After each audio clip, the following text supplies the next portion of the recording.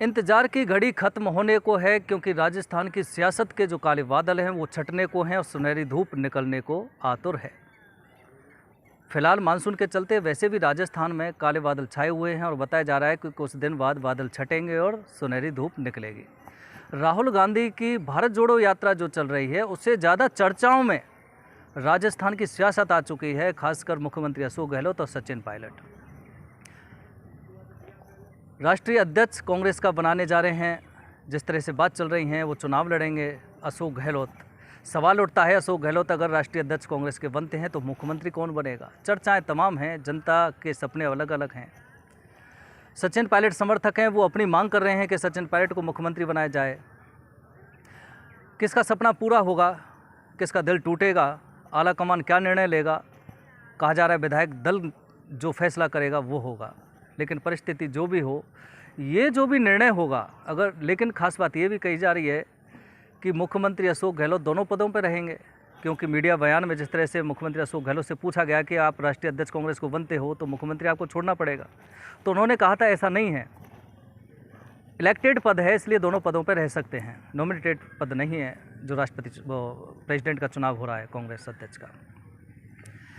उदयपुर में कांग्रेस पार्टी ने अपनी मीटिंग के दौरान निर्णय लिया था कि एक व्यक्ति एक पद फॉर्मूला।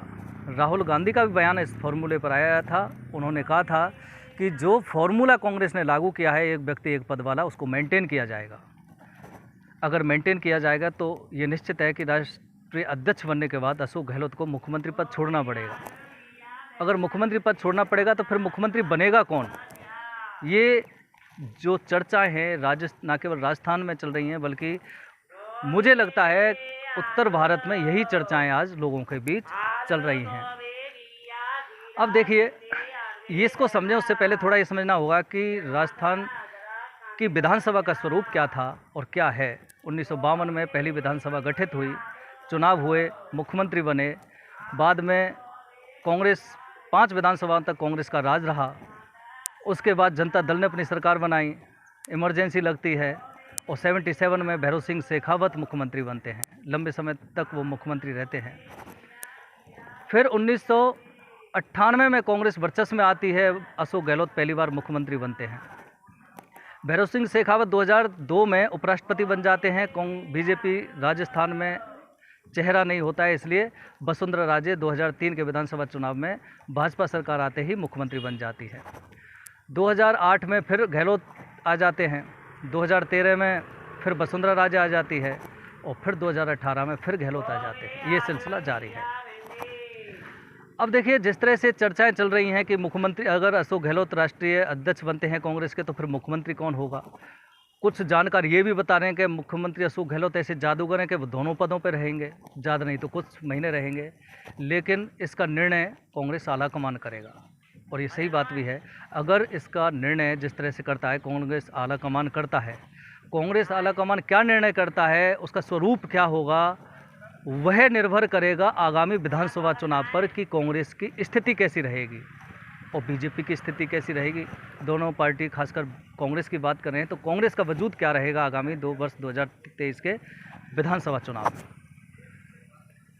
अब बताया ये भी जा रहा है कि अशोक गहलोत ऐसे जादूगर हैं कि सचिन पायलट को मुख्यमंत्री नहीं बनने देंगे, खुद बनेंगे या फिर अपने किसी तीसरे व्यक्ति को बनाएंगे। अगर ऐसा होता है तो कांग्रेस के जो कार्यकर्ताओं में न केवल निराशा होगी, बल्कि सचिन पायलट के समर्थक हैं उनमें भी निराशा होगी। और कहीं ना कहीं सचिन पायलट का जो एक सपना है, जो उनकी मेहनत थी पार्टी को सत्ता में लाने की, खून पसीना बहाकर सत्ता में लाने की, फिर उनकी मेहनत का क्या होगा, उनके सपने का क्या होगा, उनके समर्थकों की मांग का क्या होगा। लगता है कि कांग्रेस आलाकमान शायद इन सारी परिस्थितियों को मद्देनज़र रखते हुए अहम फैसला करते हुए मुख्यमंत्री पद पर किस व्यक्ति को बैठाएगा वो निर्णय लेगा। अब देखिए, 1 वर्ष बाद चुनाव भी होने हैं, लगता है 10 महीने ही रह गए हैं अभी राजस्थान विधानसभा चुनाव को। और कांग्रेस में जिस तरह से पसोपेच चल रहा है, उसके अलावा एक चीज़ ये भी समझनी होगी कि विधानसभा चुनाव में जो पिछला 18 का हमने देखा, 28-30 सीट ऐसी आई विधानसभा की जिनमें निर्दलीय भी थे, ज़्यादातर निर्दलीय थे, बीएसपी के भी थे, आरएलपी के भी थे, तमाम जो हैं पार्टियों के निर्दलीय सब मिलाकर 28-30 विधायक आते हैं। अब बताया जा रहा है कि पंजाब जिस तरह से आपने शुरुआत की है दिल्ली से और फिर पंजाब में वो घुस गए, कहा जा रहा है पंजाब के रास्ते से वो राजस्थान में एंट्री लेंगे और ख़ासकर पंजाब से सटे हुए राजस्थान के हनुमानगढ़ और गंगानगर ज़िले से आपकी एंट्री हो सकती है।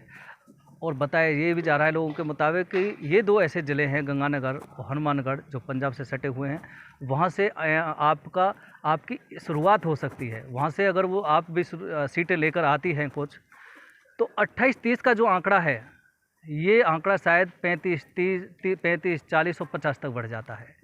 इसका मतलब है अगर आपकी एंट्री राजस्थान में होती है, खासकर गंगानगर हनुमानगढ़ में, तो जानकार ये बताते हैं कि उसका नुकसान कांग्रेस को ही होगा, क्योंकि कांग्रेस का जो वोट बैंक है वो मर्ज होगा आप में। तो इसलिए ये जो तस्वीर सामने आने वाली हैं, इनको ध्यान में रखते हुए कांग्रेस क्या फैसला लेगी, कांग्रेस को क्या नुकसान हो सकता है आगामी विधानसभा चुनाव में, इस सभी को निर्णय लेते हुए आलाकमान क्या फैसला करेगा ये तो उन पर निर्भर करता है। लेकिन फ़िलहाल राजस्थान की मध्यस्थ और तटस्थ जनता इस उम्मीद में बैठी हुई है, टकटकी लगाई हुई है कि अगर अशोक गहलोत राष्ट्रीय अध्यक्ष बनते हैं तो क्या वह मुख्यमंत्री भी रहेंगे या फिर मुख्यमंत्री पद छोड़ेंगे तो मुख्यमंत्री बनेगा कौन। ये एक बड़ा सवाल भी है और लोगों की एक टकटकी भी लगी हुई है कि आखिर होने वाला क्या है राजस्थान की कांग्रेस सरकार में, जिस तरह से आज चर्चाएं चल रही हैं। और कौन कामयाब होगा, अशोक गहलोत कामयाब होंगे या फिर सचिन पायलट कामयाब होंगे या फिर राजनीति में कुछ भी हो सकता है, कहीं तीसरे व्यक्ति को बिठा दिया जाए तो उसके मायने भी क्या होंगे। कैमरामैन पीयूष दीक्षित के साथ सुरेश पोद्दार, भरतपुर, राजस्थान तक।